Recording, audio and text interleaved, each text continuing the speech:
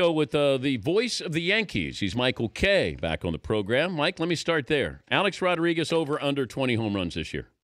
I'd say under. Okay. If you think about it, he really hasn't hit over 290 since 2008, so he's not the same hitter. He's been out essentially 2 years, and before he got hurt, he was having trouble hitting fastball, so I don't like his chances of even hitting 10. What did A-Rod apologize for? You know, it was cleverly worded. I'm not quite sure. It reminds me of when Jason Giambi apologized. He said, "I'm really sorry," and we asked him for what, and he said, "Well, I really can't say." Imagine going to your wife and saying, "I'm really sorry, honey," and she said, "For what?" You can't say. I think you get thrown out of the house. So, but it doesn't work that way in sports. Did Alex instigate this as far as the apology, or did the Yankees tell Alex to instigate this?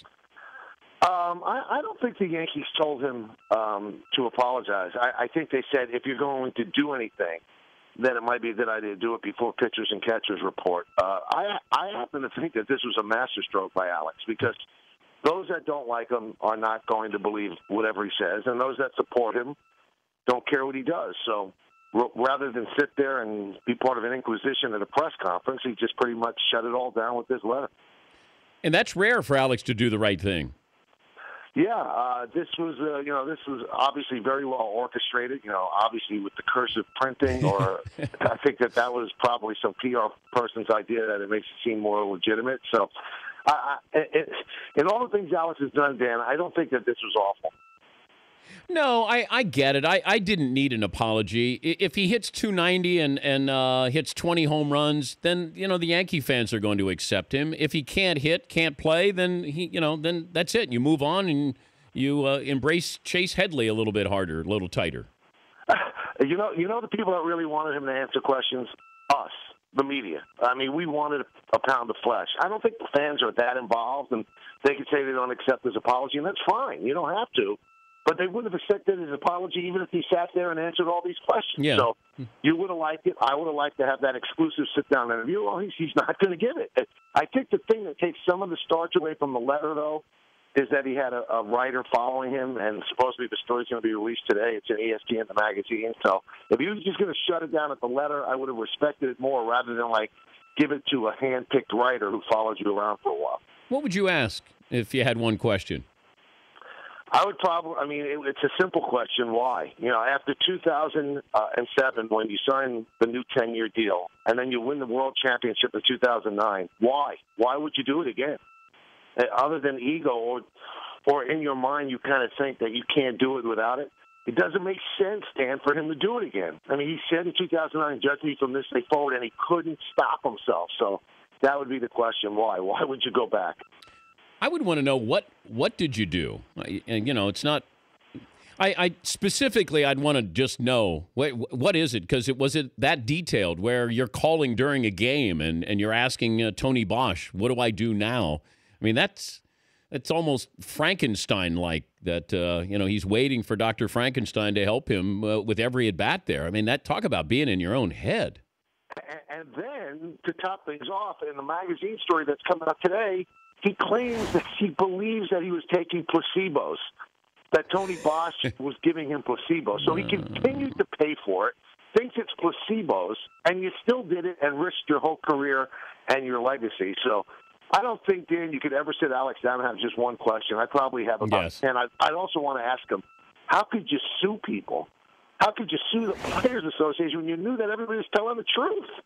It's almost, it's the old Jerry Seinfeld line. He needs to go to Vienna and have 24 hours a day care, and have people just ask him questions and sit him down. I mean, I'm not one of these people that hate Alex. I think there's a good side to him as well, but, boy, there's a damaged side as well. He's Michael Kay, the Yankee voice for the Yes Network, joining us, Dan Patrick Show. Any chance that he doesn't play for the Yankees? I think if he gets hurt in spring training, but I believe that if he's healthy, even if he has a terrible spring training, hits under 200, I think they've got to give it a roll. They owe him $61 million, and, that's the big refrain that I get on my radio show. They should just pay him and have him go away. It's not your $61 million. Any issue with Andy Pettitte's number being retired? I actually think that too many numbers are being retired, and if I could be the king of retired numbers, it would be guys that played the majority of their career and also made the Hall of Fame. But if you kind of cross that Rubicon and it's not just Hall of Famers, Andy Pettitte is one of the best pitchers in Yankee history, so why not? So I just think that sooner or later, I mean, we joke about it. Maybe we're not going to be around at that time. The Yankees will not be able to give out enough numbers. They'll have to go to triple digits. The PED apology from Pettitte, does that factor in at all, or with his number being retired? I just think that he just came clean when when the McNamee report came out. I just think that he's a very likable guy. If you've ever met Andy Pettitte, I just had a son, and I always say that if my son turned out to be Andy Pettitte, I'd be real happy. I would think that I've done a good job. I just think he's universally liked within the Yankee organization. I think people in baseball love him as well. So if you look at his numbers and his postseason numbers, all of that I think plays into the fact let's retire his number. You're going to retire Bernie Williams' number, Posada's number as well? Yes, and Willie Randolph will get a plaque. He gets a plaque. Yes. No Paul O'Neill number, no Scott Brocious. We're not going that deep here, are we? I think Celerino Sanchez is being considered. Look, I always love this, Mike. And Luis Sojo was a true Yankee, but Alex Rodriguez was not. Ramiro Mendoza was a true Yankee. Chad Curtis was a true Yankee, but Alex Rodriguez was not. After the recent events of this week, I don't know if Chad Curtis is a true Yankee, but yeah. Or Chuck Knobloch. Right. Everybody's idea of a true Yankee varies. I mean, whichever way you're keeping score, but I just think I think Alex's worst crime, Dan, and I told him this when he got traded to the Yankees, his worst crime is the guy that was standing to his left. And he didn't help matters. He obviously made it worse because once he joined the Yankees, if he had won 5 World Series, that means Derek would have had 9. He never would have caught Derek. And the worst thing that ever happened to Alex Rodriguez in his life and his career was that the trade to the Red Sox didn't go through. That was the perfect place for him to go. Yeah, because then he would have been viewed as a savior up there. Yeah. Or going to the Mets. I thought he was going to the Mets, but then, that he would still have been in the same town as Jeter, and the Yankees would have been better. So it wouldn't have worked. And to be side-by-side comparison every single game, no matter what A-Rod did, it was never going to be the way Jeter did it.